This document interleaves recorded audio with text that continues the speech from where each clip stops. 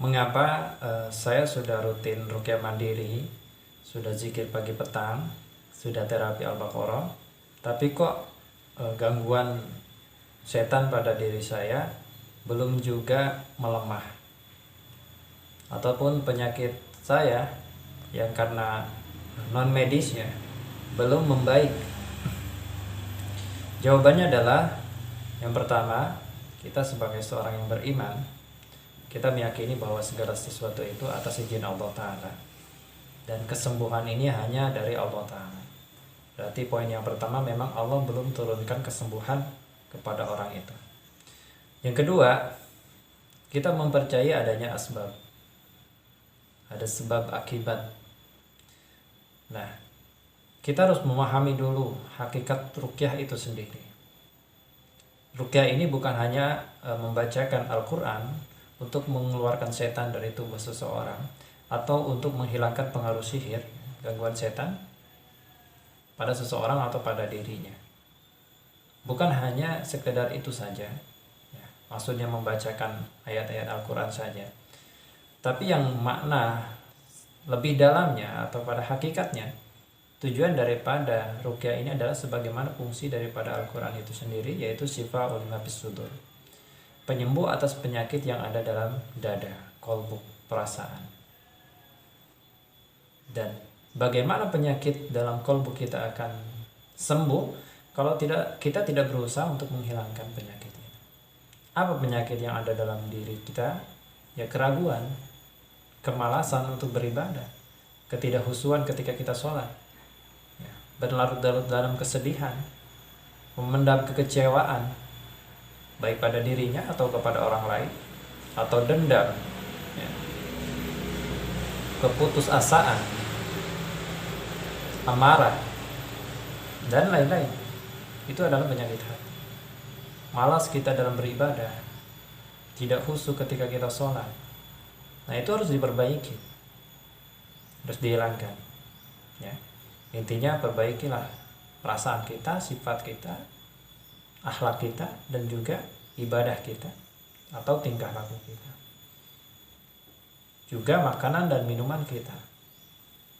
Ibadah kita sudah baik, sholat sudah dijaga tepat waktu, berjamaah bagi laki-laki kalau sholat wajib, baca Qur'annya kita jaga, menutup aurat, ikut kajian ilmu, ya, dan lain-lain kita sudah lakukan.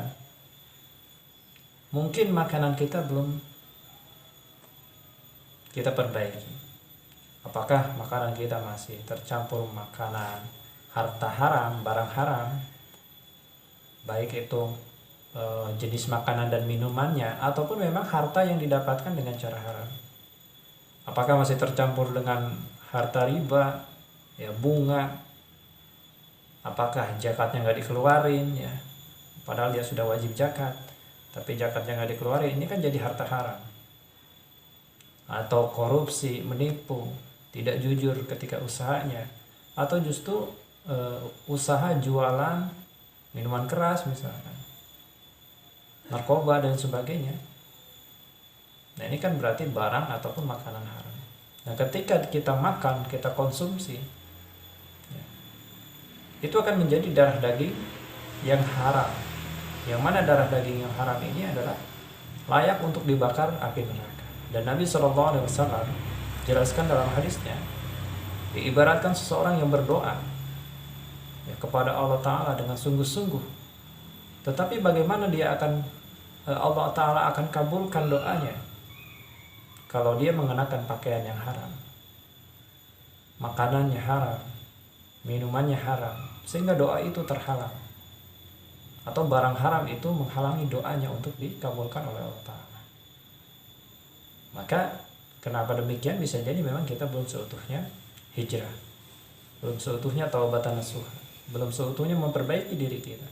Karena dosa, kemaksiatan, perkara haram, barang haram, minuman haram, harta haram, sifat-sifat yang buruk, ya, seperti berlarut-larut dalam kesedihan, ketakutan, kekecewaan, amarah, dendam, putus asa, keraguan, was-was, itu akan dapat menguatkan belenggu setan. Jadi belenggu setan ini akan semakin kuat.